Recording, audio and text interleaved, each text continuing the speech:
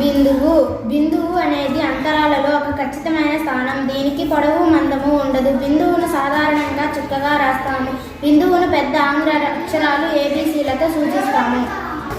Line segment రేఖాఖండం. రెండు బిందువుల మధ్య కనిష్ట దూరాన్ని రేఖాఖండం అంటారు. దీనికి రెండు చివరి బిందువులను కలిగి ఉంటుంది. రేఖాఖండానికి నిర్దిష్ట పొడవు ఉంటుంది, కానీ మందము వెడల్పు ఉండవు. AB రేఖాఖండం. కిరణము ఒక బిందువు నుండి బయలుదేరి నిర్దేశిత దిశలో అనంతంగా సాగిపోతూ ఉంటుంది. దీని పొడవు కొలవలేము. ఉదాహరణ, టార్చ్ బల్బు నుండి వెలువడే కాంతి.